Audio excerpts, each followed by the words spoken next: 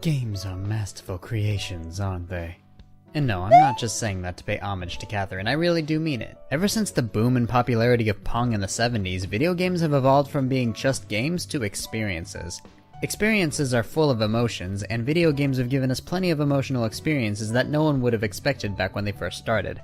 Video games have made us feel excited, sad, angry, and of course, they can scare the absolute shit out of us. I'm pretty sure we're all familiar with the classic horror games such as Silent Hill, Resident Evil, and Doom, and even the indie hits such as Amnesia, Slender, or Five Nights at Freddy's. But every once in a while there's moments that just sneak into those unsuspecting games and then come right out of nowhere. These can be moments that range from scary to just flat out disturbing.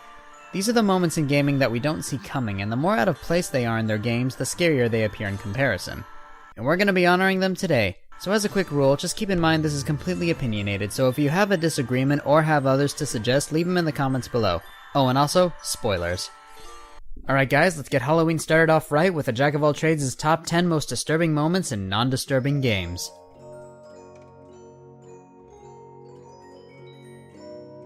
Number 10.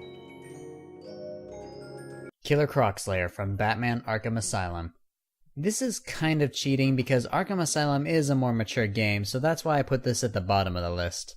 My reason for putting this on the list is that Arkham Asylum focuses a lot more on action. That is, until you get to Killer Croc Slayer, where it gets really unsettling. The music goes silent, you're surrounded by water, and you have to quietly maneuver your way through the sewers, which means you need to watch how lightly you step, how fast you move, and how you get across. Make one wrong move and Croc will break out of the sewers and come after you.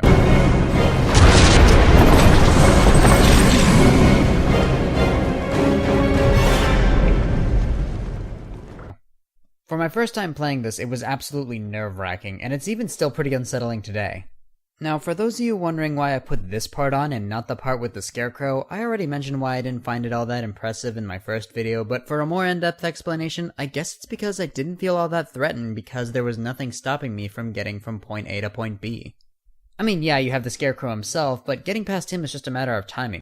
With Killer Croc, it's a little bit more unpredictable and adds more of a challenge. You can't run because that'll give away your position to Croc, making it easier for him to find you, but if you go too slow, he'll get impatient and then bust out looking for you, and when he does... Whoa! Number 9. This thing. I don't even have anything to say to that, just... fuck that thing! Number 8. The ship from Duke Nukem Forever. Remember liking this game? Yeah, me neither. Remember liking this scene? Yeah, me neither. Looks like you're fucked. I'll be the first to admit that I was willing to give Duke Nukem a pass because I was excited to hear its announcement and to play the game. I mean, I didn't expect it to be great, just look at the opening scene. This is taking forever. Time to stop pissing around and get this big guy back into action. At first I thought it was going to be a campy, satirical thing, but nothing horrible, and then you get to this part. Ugh, just... why? I seldom intentionally paraphrase people's humor, but I think Yahtzee nailed it on the head when he said it was like putting 2 minutes of the human centipede in the middle of Mallrats. I wouldn't really call this bit scary as much as it was just flat out disturbing. I'd like to believe that this may be the big reason we're not getting any new Duke Nukem game anytime soon, and I just hate looking at this. Next number! Number 7. Mimi from Super Paper Mario. This game is awesome, everything about it is. But at the same time, there's a lot of things that are really dark for a kid's game. There's an almost Shakespearean tragedy of a story behind the villain. Luigi gets possessed and becomes a monster. They even go to hell. Nope, literally, they end up in hell. You pass the river Styx, you fight Cerberus in Chain Chomp form, the whole shebang. But easily the most disturbing part of this game is Mimi. She's a character who you run across that keeps you from reaching the goal of your level. When you accept her challenge for a fight, you think, okay, a little girl wants to fight me, this won't be a problem. And then...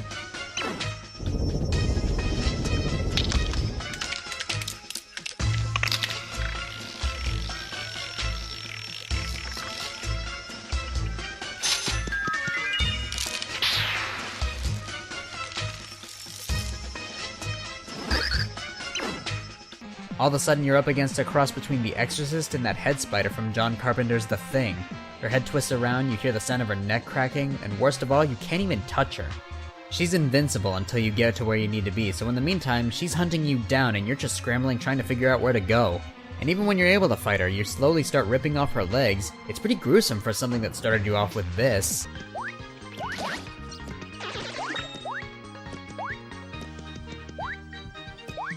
Number 6.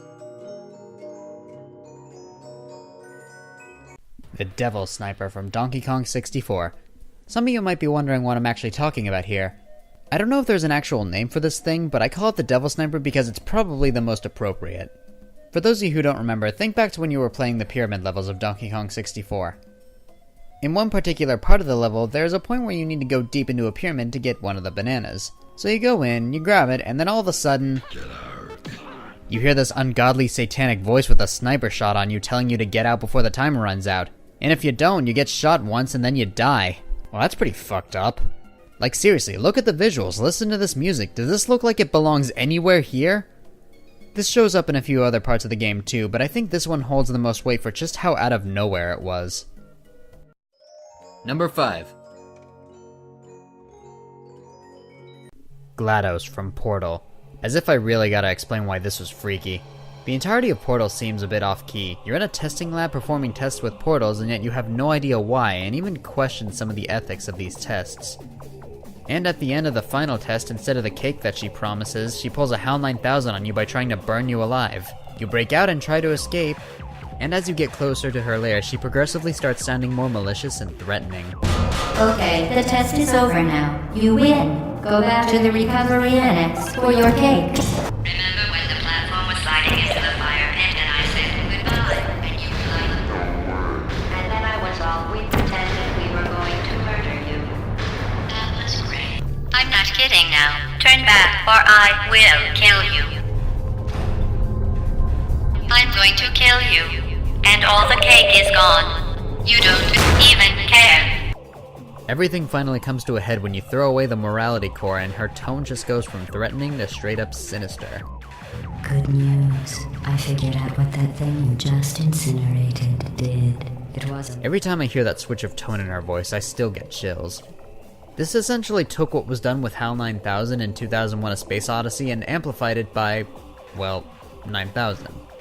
GLaDOS is a machine that makes the cautionary tale about artificial intelligence a whole lot more cautionary. So get comfortable while I warm up the neurotoxin emitters. Number 4. Arsenal Gear. God, this part. This game is weird as shit, and the ending was by far the strangest. After you put the virus in Arsenal Gear, everything starts going haywire. Memories from Raiden's past start resurfacing, and then you start getting messages from the Colonel. Raiden, something happened to me last Thursday when I was driving home. I had a couple of miles to go. I looked up and saw a glowing orange object in the sky, to the east. It was moving very irregularly. Suddenly, there was intense light all around me, and when I came to, I was home. What do you think happened to me? Okay, well I guess An anemone, or clematis plant's juice, can cause a rash. When pruning them, it's a good idea to wear gloves. Well, that's neat, but what does that have to do with... I hear it's amazing when the famous purple stuffed worm in Flapjaw Space with the tuning fork does a raw blink on Harry Carey Rock. I need scissors. 61. What the fuck? They use everything they can to mess with you, up until the final boss. They even make the game itself start going crazy by giving you a game over menu in the middle of a fight. Eventually you find out that the Colonel you were talking to this entire time was actually one of the Patriots' AIs inside of Arsenal Gear this entire time. And that they're holding Rose hostage straight up Eagle Eye style. I just remembered something. What? That I've never met you in person. Not once. Complete your mission, according to the simulation. Colonel, who are you? No more questions. We have Rosemary. I was playing this game when I was going through that edgy Illuminati somebody's always watching me type phase that I'm sure everybody goes through. And this game made me question everything. You find out the entirety of this game was just to simulate the first game, and you essentially begin a new revolution that we see in Guns of the Patriots, that is, the war economy. I mean, could you just imagine that everything that you were doing is all part of some conspiracy, or...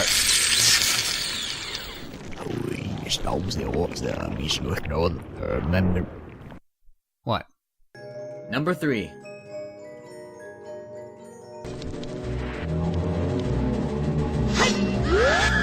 Want to hear a joke? This game was originally rated E. Tell us my therapy bills, you fuck! Okay, but can you really blame anyone for freaking out about some of the imagery of this game? The first couple hours of this game feature brightly colored forests, mountains, and lakes, and then all of a sudden you're transported into this future where everything's dark, there are zombies everywhere, and most of the people you know in Hyrule are either dead, cursed, or sages. Okay, that last one isn't so bad, but still, this is pretty fucked up. I went with the entire adult half because it was hard to choose between what was the freakiest. The Forest Temple has an overall creepy vibe to it, especially that music.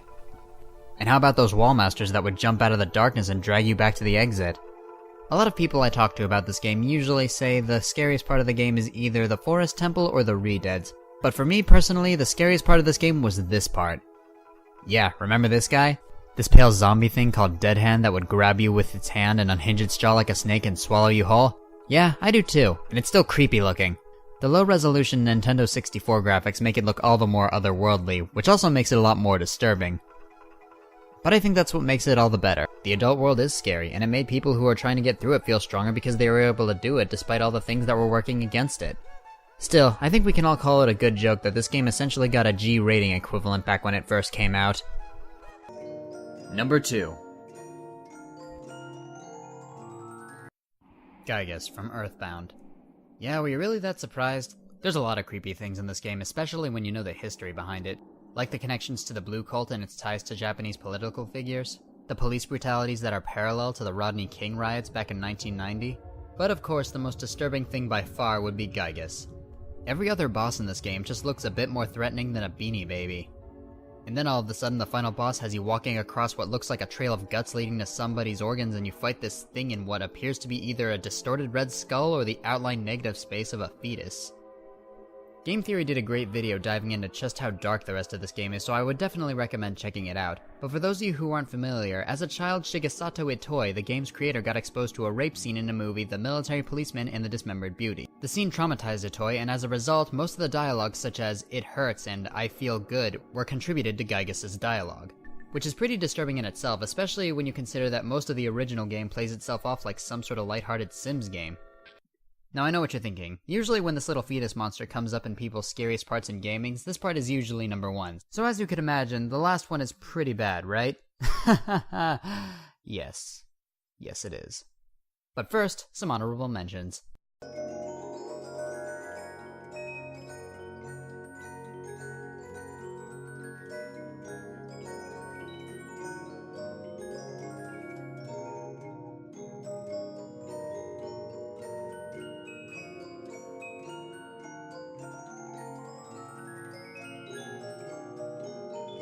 And the number 1 most disturbing moment in non-disturbing games is...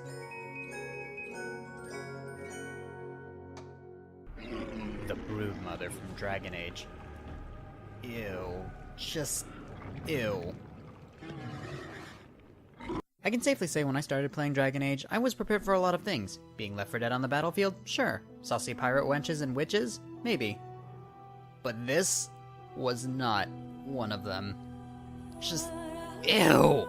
Oh, and if you think these things look disgusting, just wait till you hear what goes into making them. The Darkspawn, which are basically the Heartless of Dragon Age, search the battlefields for women and drag them underground along with any living survivors. They start feeding them the tainted flesh of your friends, family, and comrades until you start changing. You blow up like a balloon, a 400 to 500 pound balloon. Lose pretty much any sense of your human side until you start producing Darkspawn of your own. And that's morbid enough on its own, mind you, but just look at some of the things it does during your fight with one. Just... why? Do I even need to say why this is number 1 on the list? In a game like Dragon Age, there's a lot of disturbing adult stuff already, but out of all of it, this single-handedly trumps any disturbing part of the game. Even by M rating standards, not only is this just a generally unpleasant part of the game, but the process of how this happens is all the more disturbing. Hey guys, thanks for watching my top disturbing moments in gaming. If you like what you watched, don't forget to subscribe to us on YouTube so you can keep up to date with all the latest videos. If you want to check out more stuff I did, you can check out my last video I did with DQP discussing the story of the Phantom Pain. I'm really happy with the turnout, so definitely give it a look. So until then, I'll see you guys in the next video. My name is Jack, and that was my trade. Happy Halloween, everyone.